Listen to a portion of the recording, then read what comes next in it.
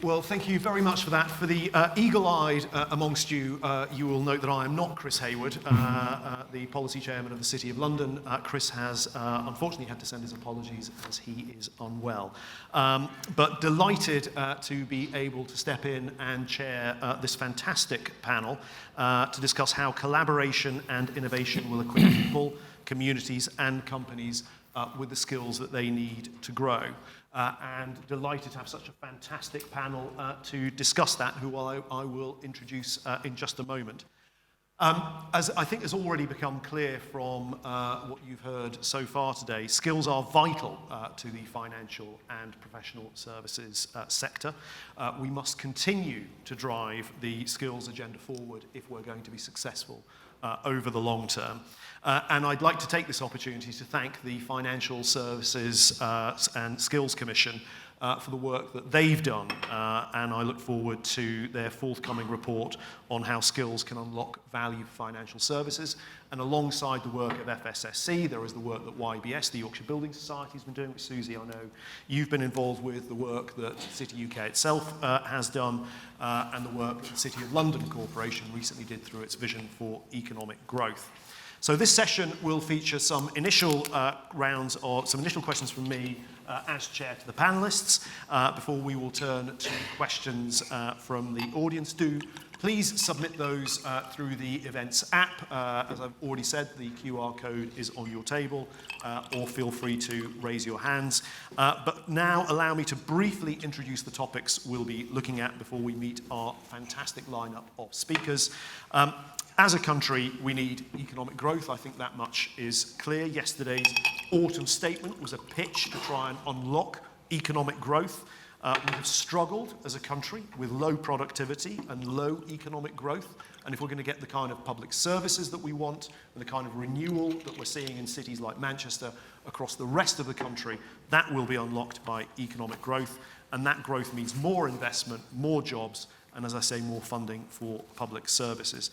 And critical to economic growth is innovation, which is why we want to support the UK becoming a digital-first economy. According to McKinsey, AI increased productivity in the insurance sector alone to the level of $60 billion last year. But innovation, for all the fact that you can have fun playing with ChatGPT of an evening, innovation is ultimately driven by people, and it is people who need the right skills to drive innovation as well, the skills to achieve and to grow, all themes that our panel will cover today. So let's meet our panel of experts. Next to me we have Lamiece Abdalla, who is the head of Human Resources Europe at Vanguard, where she leads the human resources function and teams with oversight and influence over the delivery of talent strategies to enable the regions to achieve business priorities. We have Susie Holmes, who is the Financial Services Lead Partner in the North at PwC. Susie is a corporate tax partner specialising in financial services and is the FS leader in the North of England, as we've already said, helping on the work that YBS is doing.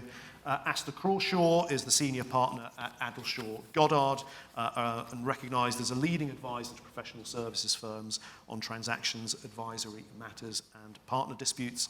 And Robin Farley is a partner in the financial services practice at the recruitment consultancy Odgers Berndtson and a member of the TheCityUK Next Generation Leadership Council. Robin works with executive committees and boards to appoint chief risk officers, chief compliance officers and regulatory executives. Given that the conference's focus on the regions and nations of the UK, how can we continue to ensure that talent continues to thrive outside of London? Lamiece, you've recently opened an office, Vanguard's recently opened an office in Manchester. Perhaps you'd like to kick us off. Absolutely, thank you.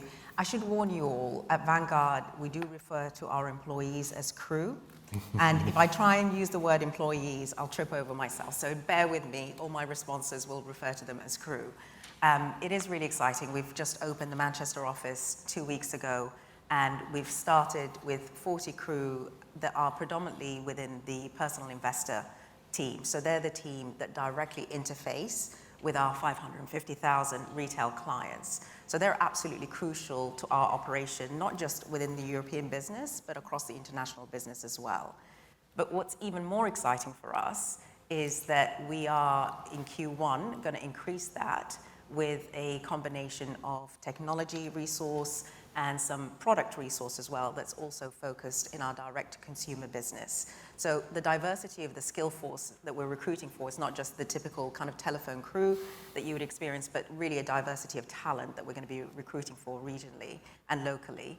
And for us, the reason why we considered Manchester is over the last 3 years, we've actually doubled our workforce in the European business, predominantly in the UK. And we had a choice where we could take on some additional space in London and carry on same as usual, or we can really look more broadly at the great cities that we have across the UK and think about how do we tap into that talent in different locations. And the reason why Manchester stood out for us, and we've explored a number of great cities across the UK, is threefold. Number one, the quality of the talent, and particularly around the diversity of the talent. So 40% identifying as ethnically diverse. You have access to skills, multiple sectors, multiple industries, great universities that are local and within, local vicinity. And, even having spent time in the office yesterday, the feedback that I heard from our crew around all individuals, the experience of young professionals in Manchester and what they get is very different. So the talent, tapping into that diverse talent was really important for us. The second piece is transportation. The transportation to London and also local cities was really valuable. And then the third, in terms of the cost arbitrage from a real estate perspective, really appealing, the fact that we're able to get a magnificent office in the center of Manchester for a price that's more competitive than somewhere like London. So all of that really made it stand out for us as a location that allows us to be able to achieve our business outcomes, our client outcomes, and our employee experience proposition as well. So yeah, more growth, 24 and beyond in Manchester for us. Well, I'm sure the colleagues who are responsible for, in the audience responsible for promoting Manchester will have been taking copious notes during this event.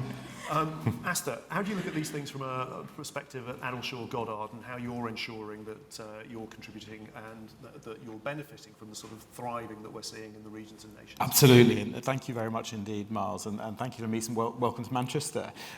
So my firm, Addleshaw Goddard, some of you may not know us, we're an international law firm. We're in 18 offices, 11 jurisdictions around the world. But actually the places we've been longest are Leeds and Manchester. We've been in Leeds for nearly 250 years, in Manchester for 130 years. We've for a long been one of the leading firms in the regions in the UK. And it's great to be here in Manchester and to be talking to people about the strength of the regions, because I spend a lot of my time in London talking about the strength of London and trying to sell London internationally.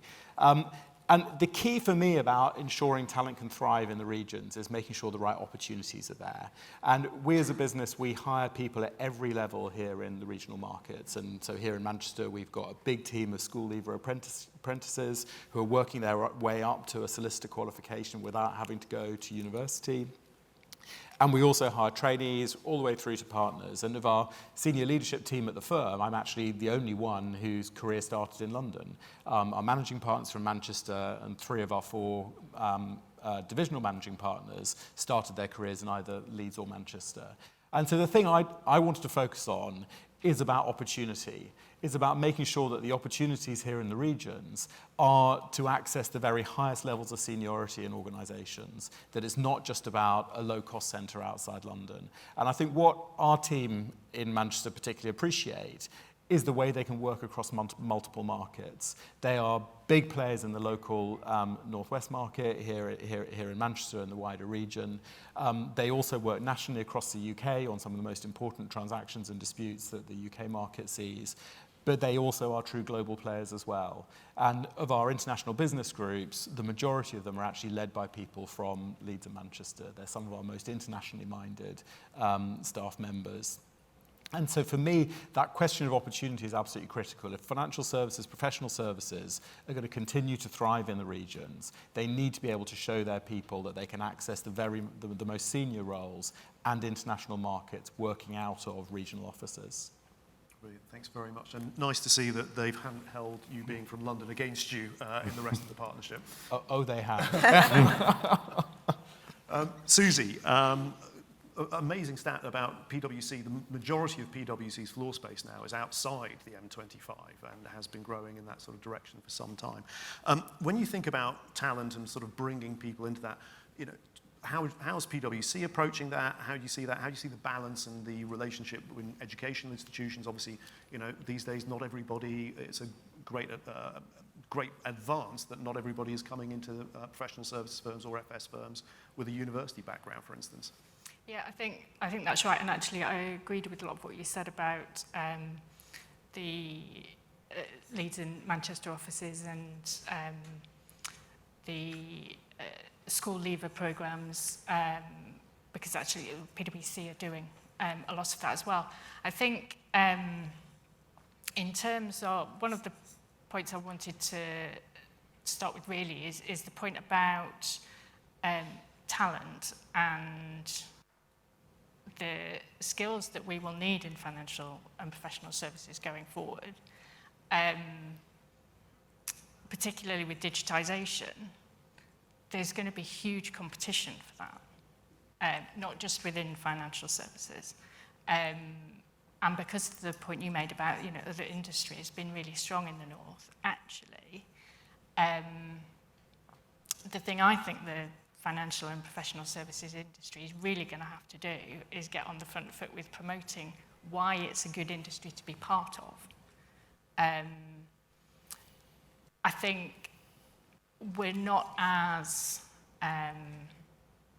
forward about advertising how positive financial services is, and it doesn't have the kind of call tag that perhaps other industries do. So I think we've really got to get on the front foot with that to attract talent into financial services, and I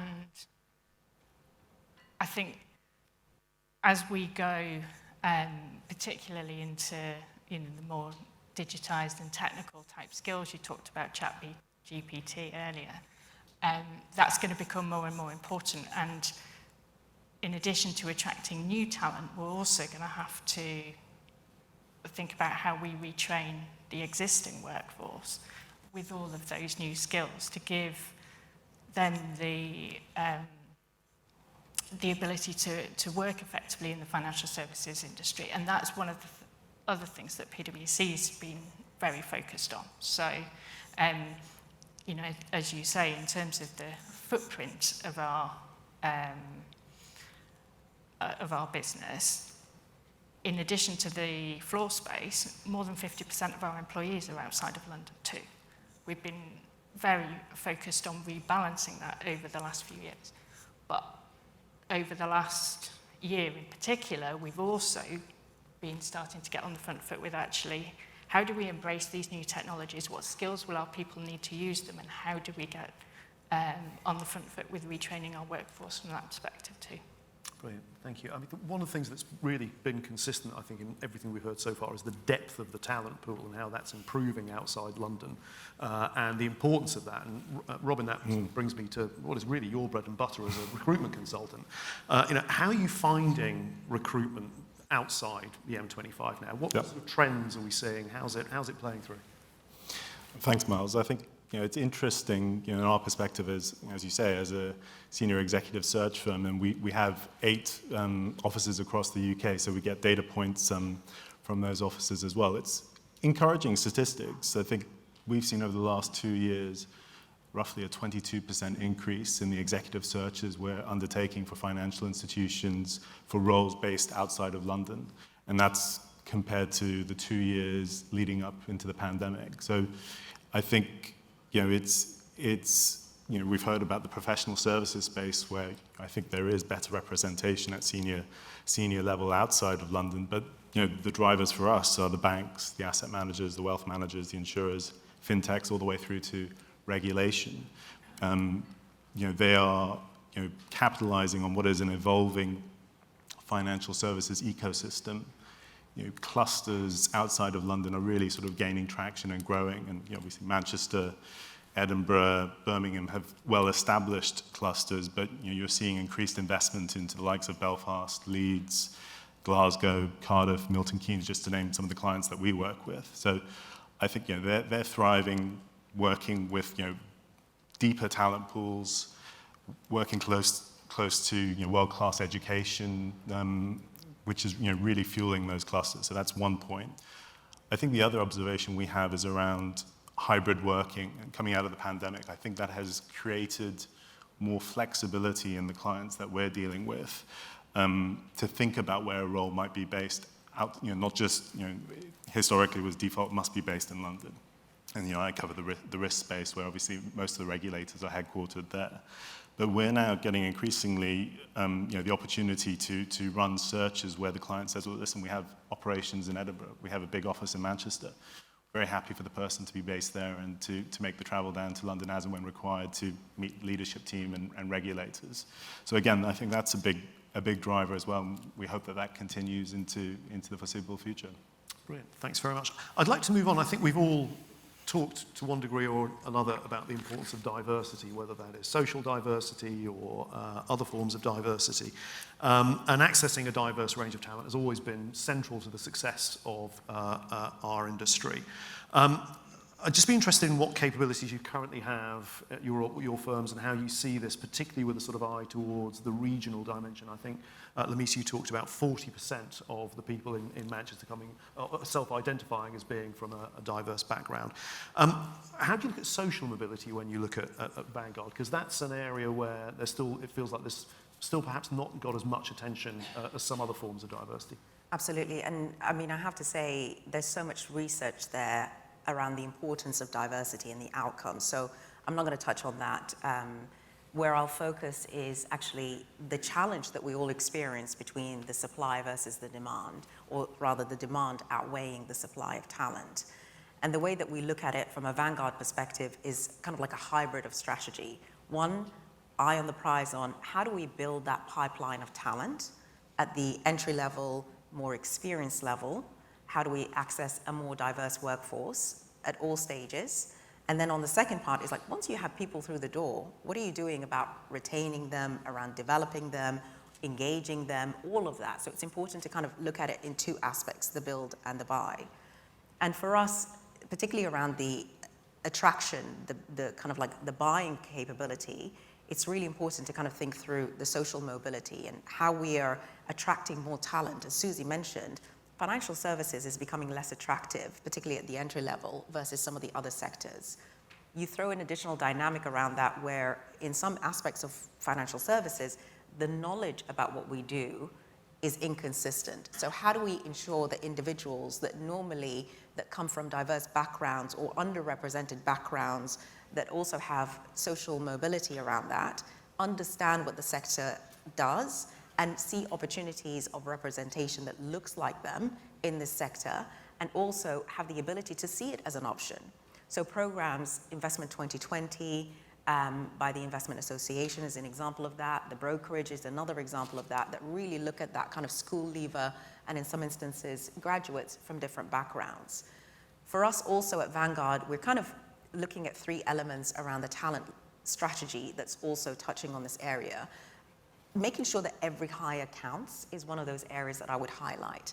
And that's really, a leader doesn't go in and think, you know what, I'm going to make this hire, but I'm not thinking about making an inclusive or diverse hire. I am purposely not doing that. That's not the case. But sometimes if you don't have the tools and the resources, the outcome can be that. If you're targeting the same universities, if you're targeting the same skills, the outcome would be a particular outcome. So how to provide the tools and resources for leaders to be able to make better decisions is important. And then the second piece is, unfortunately, when the market takes a downturn, the first thing that goes away is the investment in leadership and development. So again, how to continue to think about that investment as we're attracting talent from different backgrounds. And as Susie mentioned, what's expected is different skill set. How are we still investing in building that acumen so people don't get left behind, particularly from different demographics? Some programs that might be more specific for underrepresented groups to make sure that there's more equity in the workplace. So making sure that you don't lose that kind of that investment, when things get tough. And then probably the last thing that I would call out is just making sure that once you've got people through the door, you can do everything you can around a hiring strategy and everything you can around, progression. But if you don't make people feel like they matter in the organization, if you don't have a clear purpose, a clear, vision in terms of why people have an employee proposition, then people are not going to really stick around. So these are the kind of things that we're thinking about, like just attraction, but what do you do once people are through the door is really, really important to make sure it's integrated in the talent strategy as well. Thank you.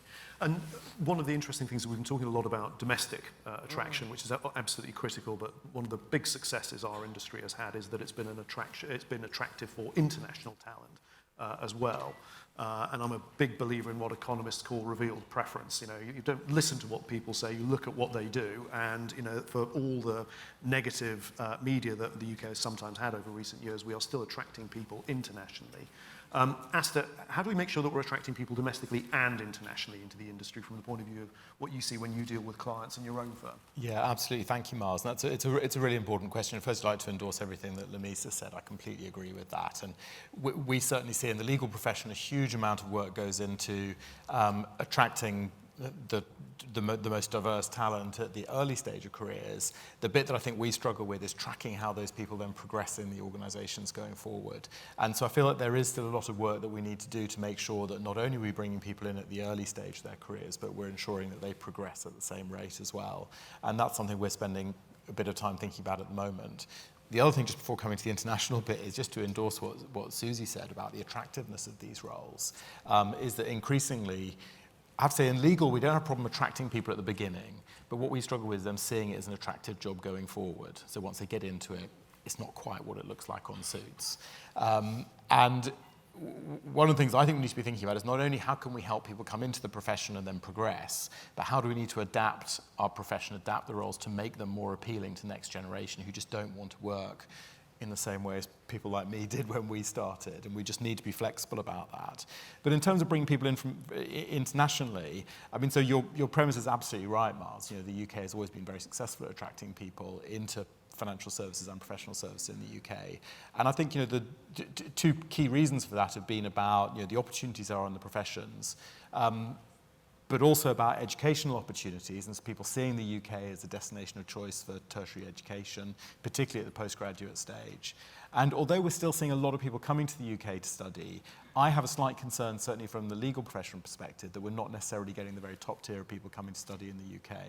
And I think 30 years ago, if you had a law student from somewhere in continental Europe or Asia who wanted an international career, they would have seen the UK as their destination of choice for a postgraduate degree. I think increasingly that has shifted more to the US. And so most people of my generation from outside the UK that have an international qualification, it will be a UK one. But from people 10 years younger than me, I'm 50, so in their sort of 30s and 40s, they are more likely to be educated in the US, and that changes their whole attitude to their careers and the way they practice. So I do think really working hard to attract the top tier of graduates from outside the UK to come to the UK to work is important. But then also there's access to work as well, and obviously post-Brexit that's become more difficult from a European perspective. But we are seeing a good inflow of people with tertiary education coming into the UK labour market, and that has doubled to, I think it's 3.4 billion was the latest statistic I saw, of the number of people with tertiary education coming to work in the UK. So, did I say billion? I mean million, obviously. We're not quite that successful. Our new rents were going We're not quite that successful yet. And there are other things I think we still need to do to sort of remove some of the post-Brexit frictions, and one of those is about mutual recognition of qualifications as well, where the government's working really hard bilaterally with a number of nations around the world, but there is a lot more to do, particularly with Europe, to make sure we get that mutual recognition. So that will take away one of the frictions, particularly for more senior people, more qualified people coming into the UK market. Could I just ask, what do you think is there a sense of what the Americans are doing right that we could learn from? I mean, because as you say, the UK was such an obvious place to go a few years ago. Yeah. It does feel like it's sort of fallen back a little bit. I think being the biggest economy in the world helps. And so actually I think, the US doesn't have to work as hard as we do, because, I mean, Bob from London Stock Exchange will tell me if I've got this wrong, but the last stat I heard was of global capital, 70% of it is raised in the US, and I think 4% in the UK, and we're doing pretty well on the global competitiveness level, but it's just a long way off. To scale. And so we are going to have to fight, and we're going to have to fight to sell the quality of financial services and the quality and professional services and the quality of our educational system, and so to show people that coming to the UK is an investment worth making. Thank you. Susie, how are you looking at these things around the diversity and inclusion challenge from your perspective? Yeah, so a few comments I'd make on the social mobility angle in particular. PwC has very recently ranked #1 social mobility employer in the UK, and that's something we're very proud of, and I'm personally very proud of that. How have we done that? Well, it's through a number of things that we've already touched on. Lamiece, you mentioned some of these. So we have a school leaver programme, and so our new joiners that we take on every year, the proportion of those that are school leavers as compared to graduates is increasing every year. We took away the requirement recently to have a 2-1 degree in order to join the graduate programme. We've broadened the number of universities that we target from a graduate recruitment perspective as well, because one of the if you've got a narrow group of universities you recruit from, then your diversity mix is going to reflect the universities. So there's something about making sure that we're targeting the broadest pool that we can. So I think from a social mobility perspective, we've tried to do a lot at that entry level, and actually it's really interesting. The statistics show that you only need to make 1 or 2 interventions in a school child's life to demonstrate to somebody that might not otherwise think a career in financial or professional services is for them, to make them think again. And those interactions are really important. So as a business, we do a lot of that. So I think that's really important in terms of getting them in the door. One of the other things we feel very strongly about as a business is the coaching point that you've also referred to. And that's one of the reasons actually we've been very focused on making sure as far as possible our people are coming into our offices. And that's not just our new joiners, but also people at all levels in the organisation, because actually the best way that coaching happens is face-to-face. And, I get the flexibility. I'm not saying I never work from home, but I do actually think there's something really important in that engagement and, how we help our people develop those sorts of skills. Robert, your outfit really is at the sort of sharp end of this. You are both, to a certain degree, demand and supply through this whole process. How is it that Odgers is sort of engaging with this? Well, look, I think it's as an executive search firm, absolutely imperative that we seek to attract diverse talent and support inclusion within the sector more broadly. It's a responsibility not just to our clients, but also to the candidates that we engage with. I think a couple of observations in terms of the regional hiring that we do and how we attract candidates into, sometimes you have to go outside of the regional bases to places like London or internationally to find specific expertise. I cover risk, cyber risk expertise at the moment at senior level. It's a very tough candidate pool to access. So these candidates, though, when they're considering roles in Manchester and Leeds, they are really plugged into understanding the mission and purpose of the firm. I think to your point around the perception of financial services and professional services, that's such an important aspect in terms of the messaging to candidates to make sure that we're able to bring them over the line and bring them in. I think the second aspect is around actually promoting from within the locality. We're seeing, again, within the risk space, really a fleshing out of the bench strength of senior talent pools within risk management, for example. And so if we're appointing chief risk officers or directors of financial or non-financial risk, we're actually able to look at Manchester, Birmingham, Edinburgh, some of these clusters for candidates without having to historically default to the London market. So I think that's, again, an exciting development in the space where sort of 5 years ago, those talent pools weren't there at senior level. I think the final point I would add is that for some of the broader leadership roles, I think we're always challenging our clients to think flexibly on the experience point versus the capability and the potential, and to really sort of overweight that latter point. Because I think there you're able to take a more diverse view of the market and break down some of those barriers that have traditionally been a challenge for people coming into those roles. I think it's been really interesting, and we're now going to move to audience questions. So before I move to the questions on the iPad, and a reminder that you can send these in, either if you're in the room or if you're watching remotely. Can I check if there are any questions in the room before we start? Gentleman at the back, I think we have a roving mic. Could you just introduce yourself before you ask your question, please? Hello, yes. Can you hear this? Yeah. It's Rupert Daniels here from the Department of Business and Trade. I just wanted to ask Aster, actually, about the student observations that you had, because the data actually is, we've got 680,000 international students in the UK, which is up about 25%, and a record number. I just wondered, what your data was saying. Is this anecdotal? Is this something that you've kind of recognised from a sentiment perspective? Because there's certainly headwinds coming due to sort of global economic instability and cost of living crisis, etc. But I'm just interested to understand where your observations were coming from.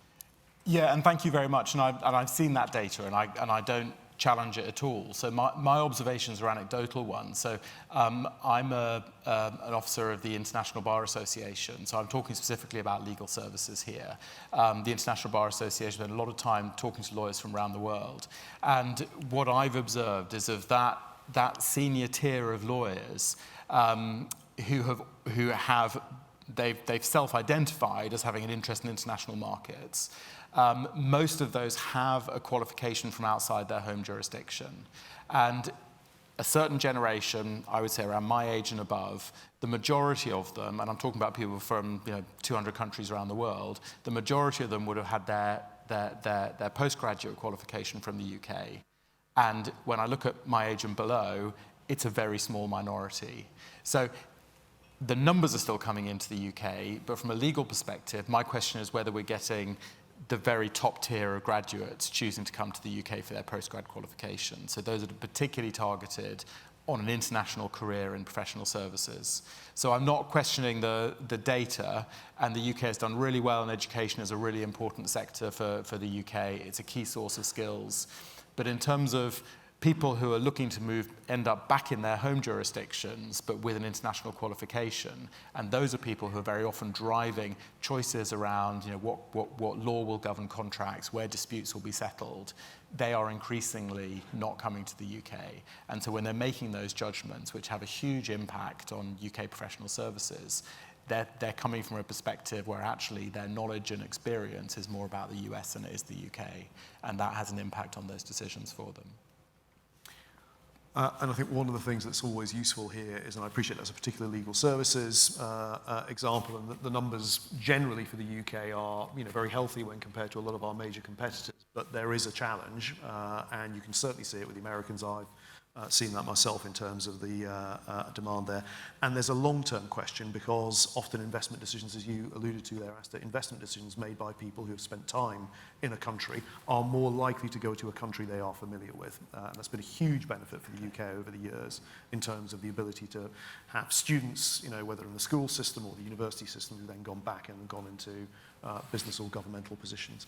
I don't know if anybody wants to add to that point in any way. Otherwise, I will move to a question we've had come in on the iPad, which I think is particularly interesting. What specific role do the panel think that digital, e.g. AI, but not just AI, will play in the industry over the coming years? And what sort of skills and partnerships will you therefore be looking for? Will this mean more insourcing or outsourcing, for example? Robin, perhaps you'd like to kick us off from the point of view of a recruitment consultancy. Sure. So I think I'll reference actually a bit of work that we did with the Financial Services Skills Commission a couple of years ago, where we surveyed boards, executives, emerging leaders across the financial services and related professional services spectrum. 80%, I recall, mentioned data and technology as the key skills gap, and 70% talked about sort of strong leadership and communication to sort of navigate through these times of disruption. And I think that still rings true today. We're still in a period of massive disruption. The skills that we see the most in demand are around data analysis, cyber, AI, software development. And what I keep hearing all the time from the organizations we deal with is the term reskilling. And I think that's not just that. That's at all levels. That's from board level through to executive team, through to grads coming in to start their career. So, So a question, they're coming in thick and fast now. Another question has come in which is related to this one, which I'd be interested in the panel's view. Are we worried that the new tech skills our industry needs are going to big tech? Instead of coming here? And certainly when I was in Silicon Valley a few years ago, that was the experience. And what does the industry need to attract the talent? I'm not going to keep picking on you, Robin. I'm going to move on and see if Susie wants to add anything to that. Yeah, I mean, I think definitely there is going to be competition for those sorts of skills. And I think that goes to the point I said earlier about the financial and professional services industry has got to really get on the front foot and sell itself to make sure that it's going to attract those people. And it also effectively picks up on another comment I wanted to make about all of this skills agenda. We've all talked about things that our own individual organisations are doing, and that's really important, right? But the only way we're going to make sure that financial and professional services is successful in this attracting talent thing is if we work together. That's one of the key things that's come out of the commission for Yorkshire and Humber is that we can't do it alone. We've got to be on the front foot, and that's not just accountants and lawyers, industry, governmental bodies, universities, schools. We've all got to work together and get on the front foot with this. Miles, can I just add to that, actually? I think this is where the importance of having more of a longer-term strategy is going to be really important to be able to build the pipeline and the partnership of, policymakers, industry forums like TheCityUK, firms, educators, on having clarity of what is the pipeline of the skill set that's needed to be able to make sure that we have a successful economy is going to be really, really important. And thinking through the interventions at all stages. I think ultimately technology innovation does create new jobs, just different types of jobs. And the concern, we spend a lot of time talking about diversity, if we don't also apply a meaningful lens on how we're ensuring that diversity in that education, we're going to end up in a situation where it's only certain demographics are able to retain these different types of jobs, and we're going to widen the gap as well. So it's really thinking through very clearly at the entry point, as well as the more experienced level, is going to be so important because the skills are going to be changing. I'm conscious that we're coming to the end of the panel. It's been a really useful and very nice discussion, but I think this question is designed to turn the panel on each other. So I'm going to use it. Why are legal services and related professional services so far ahead of financial services firms on social mobility progress? Lamiece, perhaps you'd like to kick us off. I mean, I have to say, I don't know the answer to that, honestly. However, I think the point that Susie made before, which is organizations getting together, I know it was in a different context, is going to be really important. And having that clarity of, historically, we've recruited for a typical type of persona, and that is the kind of persona that we built what success in this profession looks like. More and more, people are realizing that that's not the right outcome, that actually investing in different types of, understanding not just all financial services roles are investment banking, trader type of roles. There is a plethora of opportunities that are available. So the education going deeper, starting with schools and helping them understand the different options that are available within our industry is really important. But we also have to get our act together and lean into organizations like Investment 2020, like the brokerage, like other organizations, to be able to really rebrand what we do and help individuals that historically would have seen this as not an option, as something that is, they've got role models that look like them, that are part of the process and that they can aspire to, I think is really important. Thank you. Aster, Susie, Robin, anything you want to add to that? I mean, I didn't want to knock the financial services industry. I'm sure you're doing great work in encouraging diversity and inclusion. But I mean, from a law firm perspective, it's absolutely business critical for us. So it's not only about doing the right thing, but it is of course doing the right thing. It's also ensuring we've got the pipeline of talent coming through in our business. And we are a people business. We have pretty much no other assets apart from our staff. And so if we're not ensuring we're getting access to the absolute best talent out there, we will not thrive, we will not succeed in our markets. So it's one of those happy instances where doing the right thing happens to coincide with some pretty raw business priorities too. Susie, Robin, any final reflections from either of you? Well, I would just agree with that. I think we're in exactly the same place. And one of the things we've been very keen to do, also business critical, is make sure that our workforce, our client teams, reflect our clients. And that's part of the diversity piece on all spectrums. Robin? Just briefly, I think there's an opportunity then for financial institutions to catch up. And I think with the stats we're seeing in terms of the growth of some of these operations outside of London and the decentralization of some of the large financial institutions, I think there's a great opportunity to catch up further. That's a great positive note to end on. My apologies to those who sent in questions who we didn't get to or who had questions in the room. I think that's been a really interesting discussion, and I think the coffee after this has been well earned for the panel. So could you, before you thank them, just to make you aware, we will be serving coffee. Could you return promptly at 11:30 for the next sessions, which will include the first major public speech from Bim Afalami, the new Economic Secretary. But could you please thank the panel for such a terrific discussion?